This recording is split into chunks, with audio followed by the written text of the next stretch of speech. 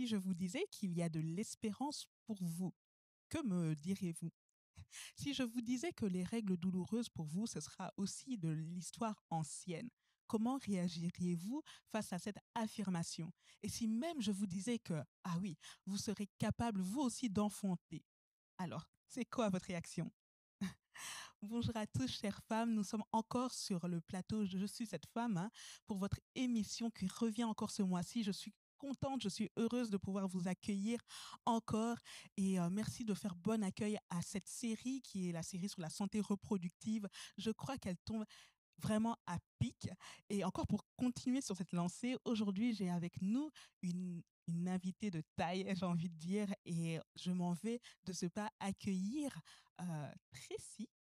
Bonjour, Bonjour Tracy, bah oui, il fallait mettre un nom sur ce visage tout de même, hein. Tracy, comment vas-tu? je vais très bien, merci. Et toi? Moi, ça va aussi. Tu es à l'aise? Très à l'aise, merci beaucoup. Ok, très bien. Bah écoute, Tracy, dis-nous, qui es-tu? Qui est Tracy Sibomana?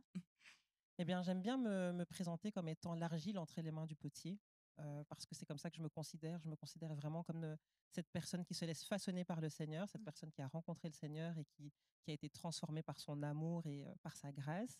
Je suis aussi une épouse depuis maintenant 7 ans. Je suis maman de 2 merveilleuses princesses qui ont 3 ans et 1 an. Waouh, très belle présentation. Je crois qu'on n'aurait pas pu faire mieux. Donc, merci pour cette présentation. Alors, tu nous parlais de ta rencontre avec le Seigneur, enfin, tu nous parlais du Seigneur. Bah, comment s'est fait cette rencontre avec Christ, justement? Alors j'avais 20 ans, je passais par une période très difficile, j'avais des pensées suicidaires, je me sentais très, très seule et voilà, je luttais pour rester en vie, vraiment. Et puis le 24 décembre 2012, après, une déception, j'avais prévu d'en finir avec la vie ce soir-là. J'avais décidé vraiment de mettre fin à mes jours et dans un moment de calme comme ça, je me suis sentie, remplir, comme si j'étais envahie d'amour. C'est comme si on remplissait un verre d'eau, en fait. Je me sentais remplir, ça prenait tout mon corps et je me sentais remplir d'amour et en fait, j'ai compris que c'était Dieu, en fait. C'est comme si Dieu s'était présenté à moi et m'avait dit, «Je t'aime, je suis là» et j'ai vraiment été comblée de cet amour et puis le lendemain, c'était le 25 décembre, Noël, donc je suis partie à l'église et en quittant l'église, j'ai regardé la croix et j'ai vraiment eu cette sensation, cette conviction que Jésus me disait: «Tu peux pas dire que tu es seule parce que je suis mort à la croix pour toi». Et ce jour-là, je suis rentrée chez moi, j'ai demandé une Bible et j'ai ouvert à Genèse 1 et j'ai commencé à lire et j'ai été, transformée. C'est là que j'ai vraiment fait ma rencontre avec le Seigneur et c'est comme ça que je l'ai accepté comme, Seigneur et sauveur. Une merveilleuse rencontre qui va être déterminante pour le reste de ta vie, finalement. Et alors, on en vient à tout est accompli. Tout est accompli, on pense directement, je pense, on pense directement au dernier mot que Jésus voilà, a prononcé sur la croix.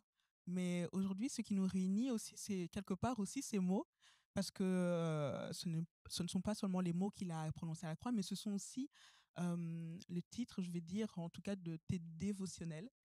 Euh, Dis-nous un peu qu'est-ce que c'est. Tu as écrit ces ouvrages, mais pourquoi ce format? Pour qui est ce format? Dis-nous tout.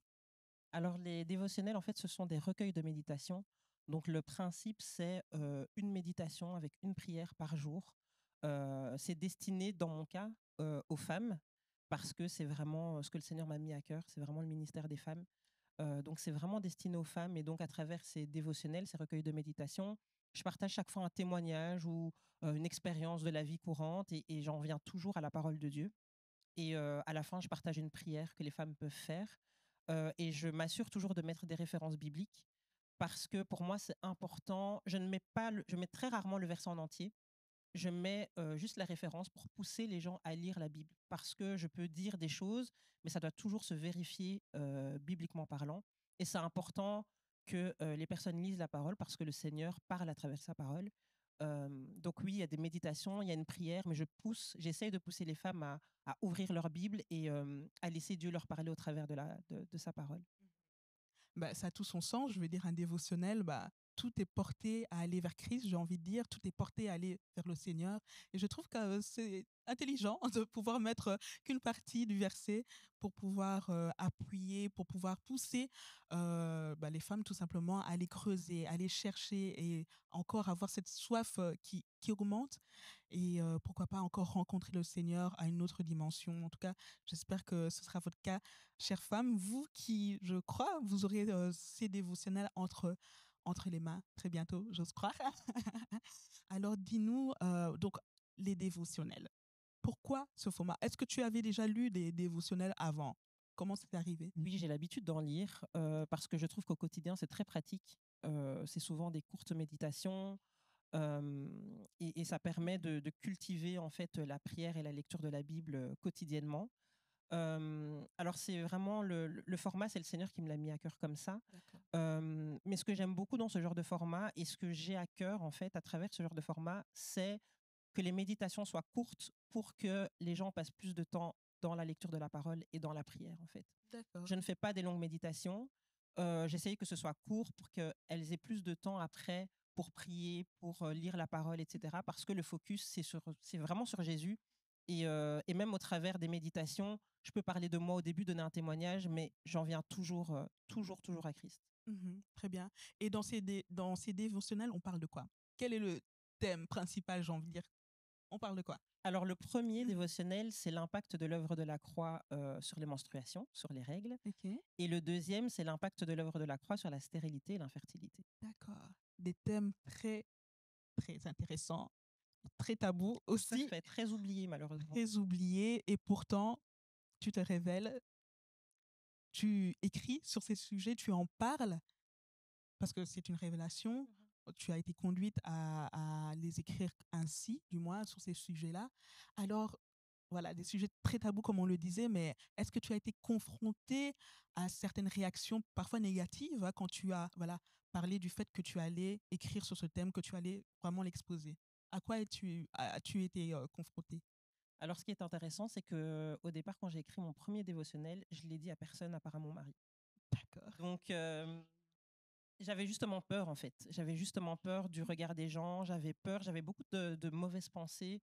Ah oui. Tu n'es pas légitime, Ah oui. tu n'es pas pasteur, tu n'as Ah pas fait des études de théologie, tu n'as pas fait ci, tu n'as pas fait ça. Et oui. donc, je me suis dit, mais en fait, c'est vrai, qui suis-je pour écrire sur un sujet pareil, qui est quand même un sujet oublié, mais qui est aussi un sujet assez théologique finalement. Mhm. Et donc, j'ai pas osé le dire en fait. Je l'ai dit à personne. Et j'étais vraiment accablée par toutes ces pensées-là jusqu'au moment où le Seigneur m'a dit, mais tu es légitime parce que tu es mon enfant en fait. Et Amen. c'est le plus grand des titres. Wow. C'est le titre le plus important. Ouais. Et c'est ça qui m'a permis de l'écrire parce que je me suis dit, je suis la fille de Dieu, c'est lui qui me mandate et c'est le plus important. Ouais. Donc, j'ai pas été confrontée en fait aux autres parce que je leur ai pas dit tout simplement parce que j'avais beaucoup trop peur. À part à mon mari, je l'ai dit à personne. Waouh, c'est merveilleux. Le plus grand des titres, le plus important des titres, c'est vraiment être enfant de Dieu. Parfois, les étiquettes qu'on pourrait se mettre, pasteur ou peu importe, ça peut freiner quelque part et même, voilà, ne pas oser se lancer parce que je ne suis pas ou parce que justement je suis pasteur. Ben, je peux pas écrire. Enfin, on Tout n'en à a fait. jamais entendu parler, surtout que dans la francophonie, c'est un thème. Mhm. Je veux dire, oublié, comme tu Oui. l'as dit. Et dans tout ça, tu as quand même le soutien de ton époux. Quelle a été sa réaction, du coup, voilà, quand tu lui annonces la première fois que voilà, tu écris un dévotionnel, qu'il est là? Comment ça se passe? En fait, entre le moment où moi j'ai eu la révélation de Oui, l'impact de l'œuvre de la croix sur nos corps et oui. le moment où j'ai écrit les dévotionnels, il y a quand même quelques années qui se sont passées, il y a environ 2 ans, je pense, qui se sont écoulés. D'accord. Mais quand j'ai eu déjà cette révélation, je lui en ai parlé et je lui ai dit, écoute, Ok. mais je crois que c'est pas normal que je souffre quand j'ai mes règles parce que Christ a payé ça à la croix, etc. Et il m'a dit oui, tout à fait. Mhm. Enfin, c'était vraiment pas, je lui apprenais rien de nouveau, quoi. Donc, il n'était pas surpris, pas étonné. Et puis quand je lui ai dit que j'avais vraiment eu cette révélation dans la prière que le Seigneur m'appelait à écrire sur ces sujets, il m'a vraiment encouragé. Il n'a jamais douté, il n'a jamais questionné quoi que ce soit. Au contraire, il a été très, très, très encourageant. Mhm. Et ça m'a beaucoup aidé aussi parce que forcément, comme je disais, j'ai été tellement accablée par les mensonges que de l'entendre me dire, mais vas-y, ne t'arrête pas. Ça m'a vraiment encouragée parce que je me rappelle une fois où j'écrivais Et puis je lui ai dit non, finalement, j'arrête. Ça n'a pas de sens, je suis personne, quoi. Et il m'a dit non, tu vas écrire une méditation tous les jours. Et il me poussait tout le Waouh. temps. Et chaque fois, il me demandait alors aujourd'hui, qu'est-ce que tu as écrit? Aujourd'hui, qu'est-ce que tu as écrit? Et ça m'a vraiment encouragée Mhm. d'avoir son soutien Mhm. parce que j'avais beau être accablée, j'avais beau parfois avoir du mal. Le fait qu'il me pousse comme ça m'a vraiment encouragée. Mhm, mhm, mhm. Bah, un précieux soutien, j'ai envie de dire. Merci à l'époux. Tout à fait. Merci beaucoup, vraiment, parce que ça a porté du fruit. Je pense que vraiment, on aura l'occasion d'en parler encore. Et d'ailleurs, par rapport aux règles douloureuses, hein, j'avais relevé un passage que je trouvais assez poignant du dévotionnel, le tout premier, où tu écrivais ceci. Seigneur, je t'en supplie, fais en sorte que ce cycle ne soit pas trop douloureux. Telle était ma prière pratiquement chaque mois. Si je réussissais à survivre à un cycle menstruel sans devoir prendre d'antidouleurs, j'étais vraiment heureuse. Je m'étais littéralement résolue à souffrir chaque cycle. Ça, je crois que plusieurs femmes sont dans ce cas-là. Si, moi j'en ai parfois qui viennent autour de moi, vers moi, dire ah ce mois-ci c'était génial, j'ai pas pris. Bon, je ne sais pas si je peux citer de noms, enfin de médicaments comme ça, mais ouais cette année, ce mois-ci je n'ai pas pris d'antidouleur, je n'ai pas trop souffert, j'ai supporté. Mais pourtant, toi aujourd'hui, tu nous dis aujourd'hui que l'œuvre de la croix a vraiment un effet sur notre corps. Quel est ce secret qu'une jeune femme aujourd'hui doit entendre?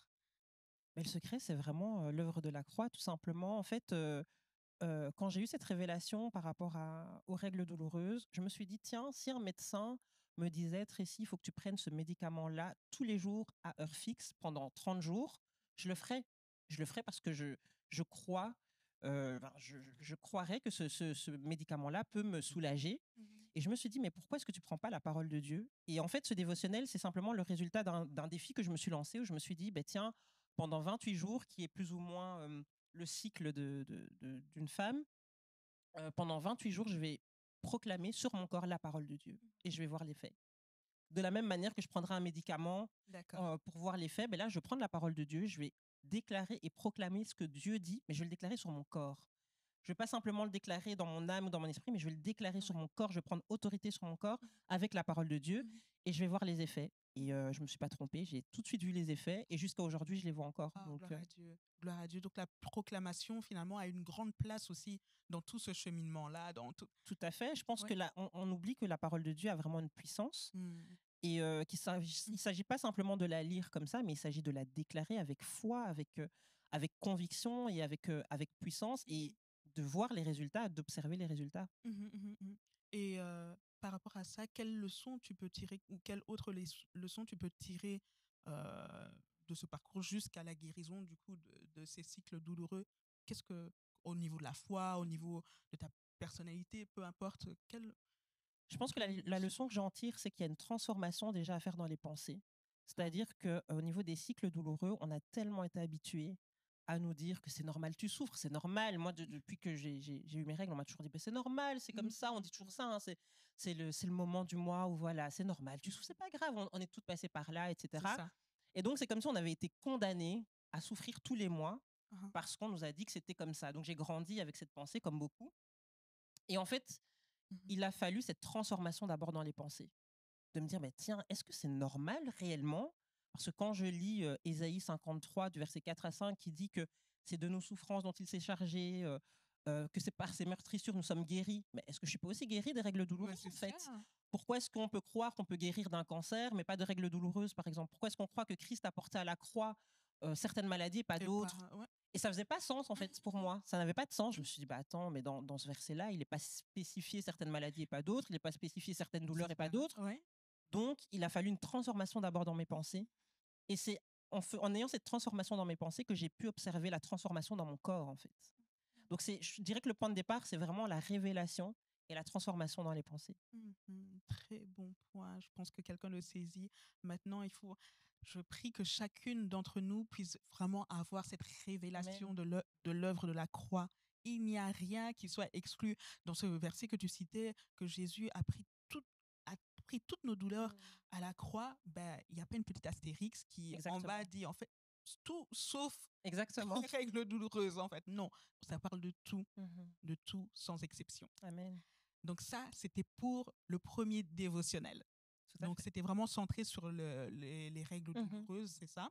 Alors il y a eu un deuxième, Oui, là qui parlait un peu plus de l'infertilité, c'est si ça. je ne me trompe pas, c'est bien ça. Et là, je vois une lueur d'espoir en lisant les remerciements. Mhm. Je me dis, waouh, lueur d'espoir, pourquoi? Parce que je vois qu'ils sont adressés notamment, ces remerciements sont adressés notamment à ta fille. Je me dis, waouh, parce que j'ai cru lire, oui, dans ce dévotionnel-là, que ce bébé est un bébé miracle, en Tout à fait. fait. Donc j'ai cru deviner que, ah, c'est un bébé miracle, quoi. Il y a eu de l'infertilité, il y a eu voilà peut-être un parcours un peu, je veux dire entre guillemets difficile avant d'avoir cet enfant dans les bras. Je me dis lueur d'espoir, dis-nous tout. Pourquoi ce deuxième dévotionnel du coup? En fait, quand le Seigneur m'a donné la révélation des dévotionnels, il m'a donné la révélation d'une série, en fait. D'accord. Mais quand il m'a donné la révélation de cette série, que j'allais écrire notamment sur la stérilité et l'infertilité, ben, j'étais en plein dedans. On n'arrivait pas à concevoir, mon Oh, mari et moi. ok. Donc, je me suis dit, OK, je vais parler de ça, mais je ne suis pas enceinte, j'ai pas eu d'enfant. Et comme je te disais juste avant, quand j'ai écrivé mon premier dévotionnel, je suis tombée enceinte, en fait. Je suis tombée enceinte alors que ça faisait 3 ans qu'on essayait d'avoir un enfant. Ok. Et en me mettant à écrire le premier dévotionnel, dans l'obéissance, je suis tombée enceinte. Waouh. Et donc, je me suis dit, ah waouh, Seigneur, en fait, tu attendais simplement que je me mette en marche, en fait. Tu attendais simplement que j'obéisse.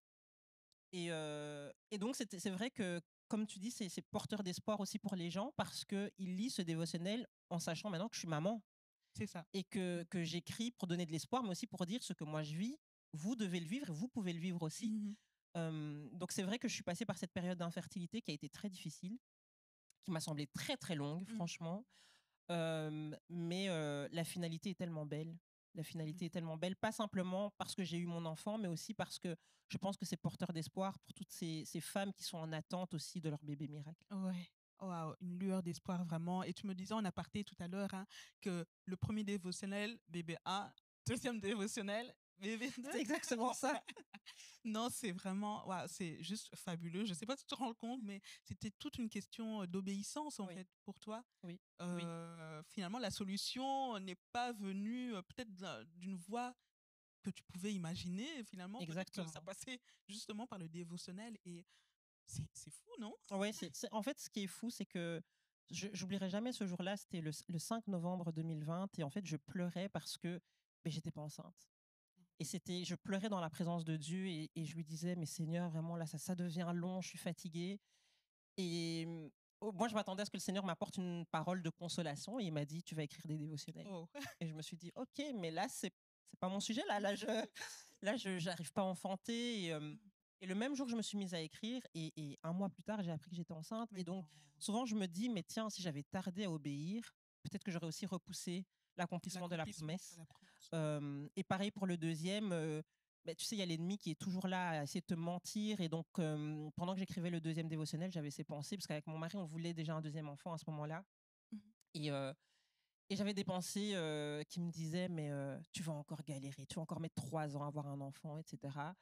Et un mois après que mon mari et moi, on est décidé d'avoir un enfant, pareil, j'apprenais que j'étais Oh enceinte, là. quoi. Donc, je me suis dit, ah ouais, tout est vraiment accompli, quoi. Tout Mhm. est vraiment Amen. accompli. Et vraiment, l'infertilité, la stérilité, c'est pas mon partage parce que Christ Mhm. a pris ça à la croix avec lui. Mhm. Amen, amen, amen. Et pour qu'une personne puisse peut-être comprendre ou déceler ce que tu vivais à cette époque-là, justement, de ta période, de cette période d'infertilité, j'ai aussi relevé du coup un deuxième passage du dévotionnel 2. Du coup, peut-être que quelqu'un pourra se reconnaître aussi à travers ce passage. Tu disais ceci. Un dimanche, alors que j'étais assise sur les bancs de l'église, entourée de neveux et nièces, j'ai demandé dans mon cœur à Dieu, Seigneur, est-ce qu'un jour Eric et moi aurons vraiment des enfants? Cela faisait bien 1 an que nous essayions de concevoir un bébé en vain. Le Seigneur a murmuré à mon cœur, regarde le nombre d'enfants qu'il y a autour de toi, c'est le nombre d'enfants que vous aurez. Waouh, comment as-tu vécu cette période? Enfin, face à quel, je veux dire, sentiment, pensée, peut-être autre résistance tu as pu être confronté à ce moment-là? Mais déjà, c'est très difficile personnellement de le vivre, de voir les tests de grossesse négatifs s'enchaîner. c'est très difficile, mais aussi le regard des autres, c'est très compliqué parce que on s'était mariés, les gens s'attendaient à ce qu'on ait des enfants, et puis il y a 1 an qui passe, 2 ans qui passent, il n'y a toujours pas d'enfants. Mhm. Et il y avait toujours ces questionnements, bah alors, c'est pour quand l'enfant, qu'est-ce que Ah vous oui. attendez, etc. Et moi, j'étais résolue dans mon cœur à ne jamais mentir, c'est-à-dire à pas dire, oh ben non, on veut pas d'enfant, je voulais pas ça parce que j'étais pas en paix avec ça. Mhm. Et donc, quand les gens nous posaient la question, je disais, ben, au temps de Dieu, quand le Seigneur nous fera grâce, etc. Mais le regard des gens était très difficile parce que aller à des fêtes familiales, ça devenait très Ah compliqué. oui. Parce que parfois, on disait, ah, mais t'es enceinte, c'est sûr, t'es enceinte, alors que peut-être que je venais de faire un test de grossesse négatif. Mhm. Donc, c'était très compliqué. Le regard des autres a été très dur. Mhm. Et dans cette période-là, mon mari a été encore une fois un puissant soutien parce qu'il me rappelait la parole de Dieu, parce qu'il me rappelait les promesses de Dieu pour nous. euh, et parce qu'il me disait toujours, mais en fait, notre identité n'est pas déterminée par ce que les gens disent de nous. Mhm. Et le fait d'être, entre guillemets, infertile, c'est pas une identité qu'on doit porter. C'est pas notre Mhm. étiquette, c'est pas nous, en fait. Non. Et vraiment, sa foi m'a beaucoup encouragée aussi. Mhm. Moi, j'étais très instable dans ma foi. Il y avait des fois, j'y croyais à fond et je me disais, ouais, c'est sûr, on va avoir nos enfants et tout ça. Il y a d'autres fois où je me disais, oh, ben non, c'est mort, on n'aura jamais d'enfants. Mhm. Et donc, oui, quand on a déjà ce genre de pensée de peut-être que j'aurai jamais d'enfants, Mhm. que les autres viennent toujours vous poser la question ou vous faire des remarques, ça appuie encore plus ce sentiment de ben, finalement, on n'aura jamais d'enfants, on va rester qu'à deux, quoi. Donc, Mhm. ça a été très difficile. Mhm. Mhm. Bah oui, pas évident de pouvoir porter ce fardeau, je vais dire, et de se sentir quelque peu esselé quelque part, j'ai envie de dire, surtout dans une communauté malheureusement qui met un point d'honneur à ce que nous puissions enfanter Tout à très fait. vite, Tout à fait. très vite. Et à part le soutien de ton époux, est-ce que tu as pu avoir du soutien, je sais pas, ailleurs Oui, je pense qu'il y a des gens à qui on n'en a pas spécialement Oui. parlé, mais qui priaient beaucoup pour nous. Ça, Ah je le oui. sais, j'en ai vraiment la Ah, c'est conviction. vrai. Euh, j'ai aussi beaucoup d'amis à qui j'en ai parlé. Mm. En fait, je suis quelqu'un de très. Euh, j'ai pas de problème à parler de certaines choses, en fait. Ok. Mhm. Donc, mais j'essaye d'en parler à des personnes à qui je sais que je peux faire confiance et qui vont prier par rapport à ça et pas Mhm. commérer sur mon couple ou sur Voilà. moi. Mhm. Mais j'en parlais très honnêtement à mes amis, elles étaient très au courant. Ok. Enfin voilà, je le cachais pas du tout. Mhm. Je sais qu'il y a des personnes qui priaient pour nous dans le secret. Et ces personnes, au final, les personnes qui nous posaient des questions parfois indiscrètes, je leur en veux même pas parce que je pense que ça partait d'un bon sentiment. C'était Mhm. de se dire, bon, on a hâte de voir vos enfants, on a envie que vous connaissiez la joie d'être parents, etc. Donc je Mhm. pense même pas que c'était mal intentionné, Mhm. c'était plutôt maladroit. Ok. Mais on avait vraiment un bon comité de soutien dans la prière. Mhm. Ça, c'est sûr que voilà, beaucoup de gens nous soutenaient dans la prière. Oui. Ah, c'est très important hein, Oui. d'être entouré dans peu importe voilà la période qu'on traverse, j'ai envie de dire les périodes un peu plus difficiles, Mhm. bah c'est très bien d'être entouré, d'être transparent, même si voilà parfois je veux dire il y a des choses qu'on pourrait pas dire parce que tout le monde n'est pas concerné, mais la transparence est un point clé Ouais. dans ce parcours-là aussi. Et justement, dans ce parcours d'infertilité, peut-être venait un moment où tu as dû être confronté au monde médical. Mhm. Comment ça s'est passé? Parce que ça aussi, ça peut être vraiment un gros choc parce que Ouais. voilà, les médecins, voilà, c'est très, je veux dire, formel, c'est Ouais. très un langage médical Mhm. qu'on comprend pas Mhm. spécialement. Comment toi, tu as vécu ce moment-là où parce que je pense que tu en parles aussi dans ton Oui. dévotionnel ou sur ta page Insta, mais en tout cas, tu en parles et tu dis, voilà, est arrivé le moment Mhm. où on a été voir des spécialistes. Oui. En fait, moi, très vite, j'ai été voir des médecins parce Ok. que je voulais m'assurer que tout allait bien. Et quand je faisais des examens, on me disait toujours, mais il n'y a aucun souci, vous n'avez pas de problème pour enfanter, etc. Et donc, ben, on attend, on attend, on attend, on attend. Puis il y a 1 an qui passe. Mhm. Et au début, c'est vrai que faire le pas d'aller voir un médecin, c'est un pas assez. Disons que ça rend les choses plutôt concrètes. C'est là qu'on se dit, ben, vraiment, on n'arrive pas à avoir des enfants. Et donc, au début, ben, on va pas voir un médecin. Et puis après, on se dit, ben, ça fait quand même un petit temps là, il faudrait peut-être au moins consulter. Et donc, on avait pris rendez-vous avec un médecin. On est parti voir le médecin. Et le médecin nous disait on avait pris rendez-vous pour refaire les examens complémentaires. Mhm. Parce que de premier abord, comme ça, la gynécologue disait, bah, comme ça, je vois pas qu'est-ce qui pourrait. J'avais des cycles menstruels très réguliers. Enfin Ok. voilà, donc il y avait pas de. A priori, il y avait pas de souci. Mhm. Et donc, bah, elle nous a dit effectivement qu'au bout d'1 an, c'est vrai que là, vous tombez dans la case infertile, donc il faudrait voir ce qui se passe. Donc il y avait des examens complémentaires qui étaient prévus. Et en sortant de là, j'ai senti dans mon cœur que le Seigneur me disait, vous n'avez pas de problème pour enfanter. En fait. Wow. Et je pense que finalement, cette période, c'était vraiment pour que j'arrive à cette révélation de l'œuvre de la croix. Parce qu'au final, on n'a pas continué ces examens complémentaires, on ne les a pas faits. Même si ça semblait fou, parce que d'un côté, moi, je voulais qu'on mette un nom réel sur ce qu'on vivait, parce que oui, on n'arrivait pas, mais c'est quoi le problème? Ouais. C'est quoi le problème exactement? Et je m'attendais à ce qu'on me dise, ben, c'est ça. Et en fait, quand le Seigneur m'a dit, mais vous n'avez pas de problème pour enfanter, je me suis dit, bah alors, tu ne fais juste patienter. Pourquoi alors? Je ne comprenais pas. La frustration, Voilà. la colère. Ça a vraiment engendré de la frustration de me dire, OK, on n'a pas de problème. Au lieu que ça me mette de la joie, ça m'a procuré justement de la frustration, de me dire, mais si on n'a pas de problème, alors pourquoi est-ce que je n'enfante pas? Et c'est là que je suis passée vraiment par ce temps où le Seigneur m'a puissamment révélé ce qu'il a accompli à la croix. Donc encore toute une question de révélation, Exactement. vraiment. Au-delà de lire la Bible, au-delà de voilà de survoler, d'entendre des messages, etc. Bah, ici, tu mets encore le point d'honneur de la révélation de la parole de Dieu, de vraiment prendre ce temps et d'arriver au point où on a les yeux ouverts. C'est ça. Et qu'est-ce qui t'a le plus marqué dans toutes ces révélations que tu as pu avoir? Est-ce que peut-être, par exemple, est-ce que pendant ce temps d'infertilité, est-ce que tu as eu des paroles qui te certifiaient que tu allais avoir des enfants, mais que toi, tu ne recevais pas justement à bras ouverts parce que ben, pour toi, ça te semblait loin ou inaccessible, justement? Mais j'ai eu beaucoup de paroles, tellement qu'à un moment donné, j'ai dit à Dieu, franchement, arrête de me donner des paroles et bon, donne-moi l'enfant, quoi. Parce que tu me donnes beaucoup de paroles, mais je veux voir ces paroles-là. Mhm. J'ai eu beaucoup de paroles, le prénom de notre fille, je l'ai reçu. Ok. Beaucoup de paroles qu'on aurait beaucoup d'enfants. Parfois, les autres personnes, je me rappelle d'une fois une fille à qui j'avais pas du tout parlé de notre souci, Mhm. qui m'a envoyé un message et elle était même gênée. Elle me dit, écoute Tracy, je suis un peu gênée de te dire ça. Je crois avoir reçu de Dieu que toi, Eric, vous n'arrivez pas à enfanter, mais le Seigneur me dit que vous aurez vos enfants, etc. Et je me disais, waouh, ok, j'ai toutes ces promesses, mais parfois ça m'encourageait. Et parfois je me disais, bah, tiens, Seigneur, j'ai envie de voir l'accomplissement de ces promesses. C'est vrai que je reçois toutes ces promesses, mais j'ai envie de les voir, j'ai envie de porter cet enfant, j'ai envie de les vivre, quoi. Donc oui, je pense que les promesses de Dieu, ça permet aussi de tenir malgré tout, Mhm. parce que Dieu ne ment pas. Quand il dit quelque chose, il l'accomplit. Amen. Et c'est pour ça que pour moi, c'est important à travers mes dévotionnels, que ce soit le premier ou le deuxième, Mhm. je commence toujours par rappeler qui est Dieu, qu'est-ce que sa parole dit. Parce qu'on ne peut pas croire que Dieu va nous donner quelque chose si on ne connaît pas le Dieu qu'on prie, en fait. On doit connaître ce Dieu-là. Amen. On doit savoir ce qu'il dit dans sa parole. On doit savoir que ce qu'il dit est vrai. C'est vrai. Et parfois, on est tellement, on veut la chose, mais on s'éloigne presque de Dieu, en fait. On veut juste qu'il nous Ouais. donne notre enfant, mais on s'éloigne de lui. Mhm. Et c'est très important pour moi, à travers les dévotionnels, de rappeler, voilà qui est Dieu, voilà ce Mhm. qu'il dit dans sa parole. Mhm. Il dit qu'il ne ment pas, il n'est pas un homme pour mentir. Amen. Voilà ce qu'il dit, il dit qu'on est fécond, il dit, ça c'est ce qu'il dit, et il ne ment pas.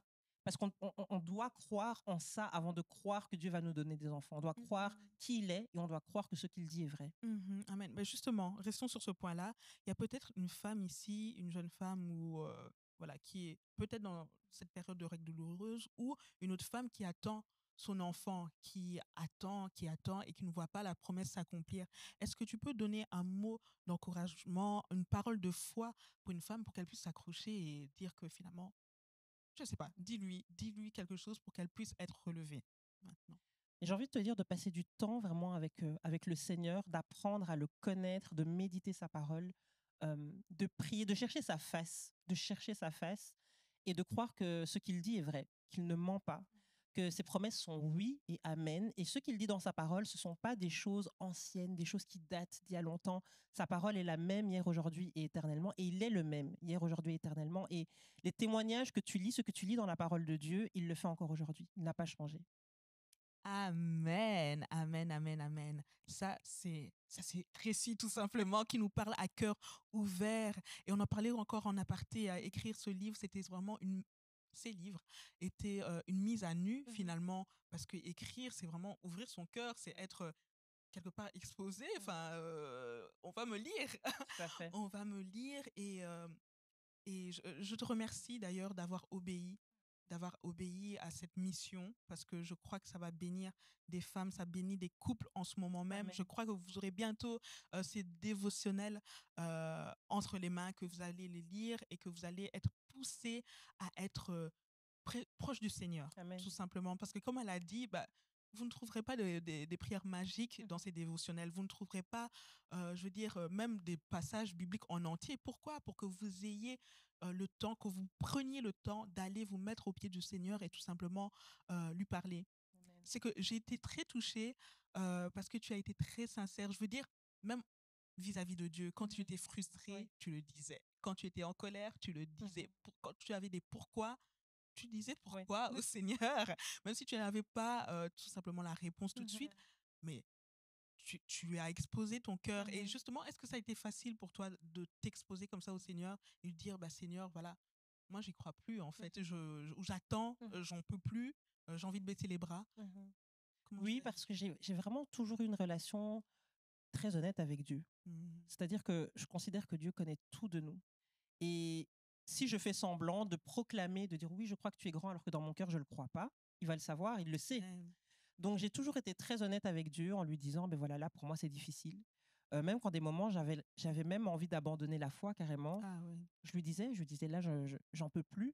Mais ça a révélé beaucoup de choses sur moi aussi. Mhm. Euh, sur le fait qu'il y a une phase où je pense que j'avais les yeux fixés sur ce que Dieu pouvait me donner plutôt que sur Dieu lui-même.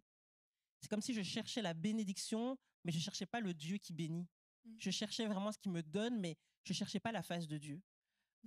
Et j'ai expérimenté vraiment la bonté de Dieu, la patience. Dieu a été tellement patient avec moi, Mhm. tellement bon avec moi.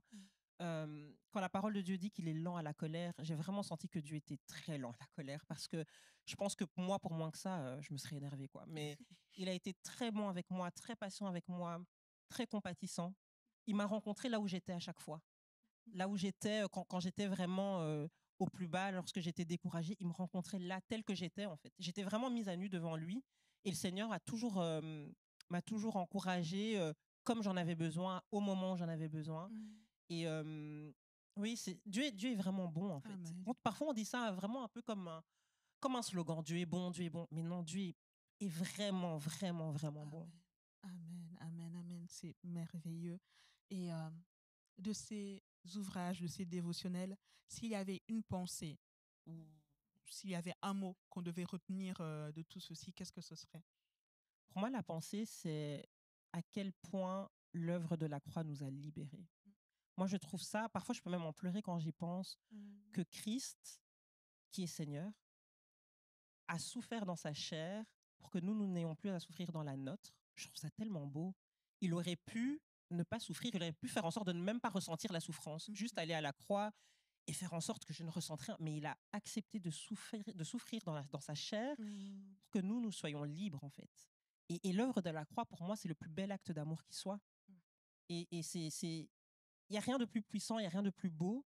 Et je pense que parfois, en tout cas, moi, avec le recul, quand je me dis, parfois je prie en disant Seigneur, mais guéris-moi, guéris-moi des règles douloureuses, guéris-moi de l'infertilité. Mm. Je me demande parfois si je n'attristais pas un petit peu le cœur de Dieu parce que c'est comme si je disais à Dieu, mais en fait, on renvoie encore Jésus pour refaire le sacrifice, en fait. Mm. Parce qu'en fait, quand il est mort à la croix, quand il a fait ce sacrifice, il m'a guéri.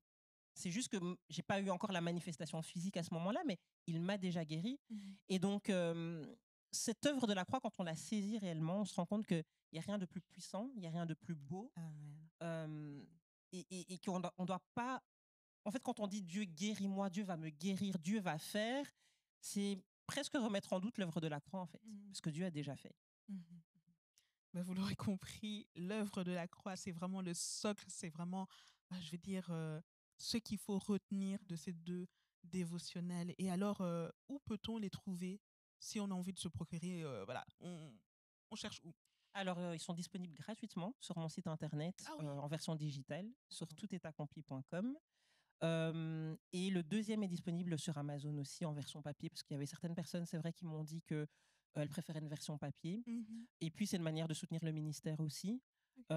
Donc, ils sont disponibles sur Amazon en tapant tout simplement Tout est accompli, ils le Ok. trouveront. Parce que c'est tout un ministère. Exactement, c'est devenu un Mhm. ministère. À la base, je pensais que ce n'était que entre guillemets, des ouvrages. Ah, ça Et commence lorsque, toujours comme ça. et lorsque j'ai sorti le deuxième, le Seigneur m'a dit, ça va être un ministère, tu vas parler aux femmes, Ok. tu vas prier avec elles. Et donc, des femmes prennent rendez-vous avec moi pour prier Mhm. par rapport aux règles douloureuses, à la stérilité, l'infertilité, la grossesse ou même l'accouchement. Ok. On prie ensemble pendant 1 heure et le Seigneur parle toujours, il donne toujours des révélations, toujours des paroles. Et j'ai la grâce de parler à des femmes dans le monde entier à travers ce ministère-là. Et c'est fou parce que quand j'ai écrit ces dévotionnels, je pensais même pas que des gens allaient me lire en fait. Mhm. Et donc là, je me retrouve à parler à des gens qui sont sur d'autres continents Wow. et je me dis, mais Seigneur, t'es tellement puissant. Donc oui, tout est accompli, c'est plus que des ouvrages, c'est un Ok. ministère. Ok, très bien. Du coup, on peut te retrouver notamment sur la toile Oui, aussi. sur Instagram, Ok. tout est accompli aussi. Ok. Et via Instagram, on va retrouver Ouais. dans ma barre d'infos, il y a le moyen de prendre contact avec moi Ok. pour les Donc, rendez-vous. ok, bah, tout est accompli sur Instagram et alors sur Amazon.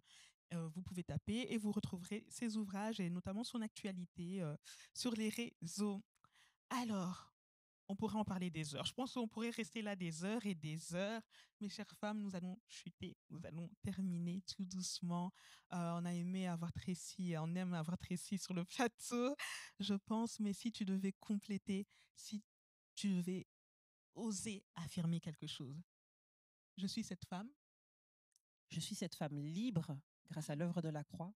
Mon corps est libéré Amen. de tout ce qui me gardait enchaîné. Je suis cette femme qui a compris l'autorité que Christ lui a donnée. Et je suis cette femme qui n'est plus liée par, par le péché, par la stérilité, l'infertilité, les douleurs. Tout ça, ça ne m'appartient plus parce que Christ a pris toutes ces choses-là. Donc je suis cette femme libérée et pleinement accomplie en Christ. Amen. Merci beaucoup, Tracy. Ça, c'était les mots de Tracy. Je prie que cette proclamation soit aussi la vôtre. Ah bah oui, parce que la prochaine femme à passer sur ce plateau, c'est vous. C'est toi, chère femme, c'est toi, chère sœur. Donc que cette proclamation devienne aussi la tienne. Après tout, serait-ce une prétention que d'être? Serait-ce une prétention que de vouloir s'accaparer les promesses du Seigneur pour nous? En tout cas, nous étions sur Je suis cette femme avec Tracy Sibomana. Je crois, je l'espère, en tout cas, j'ose encore le croire, que nous nous retrouverons très prochainement. Merci de faire un bel accueil à cette série. Alors, chères femmes, soyez bénies et découvrez Christ en vous.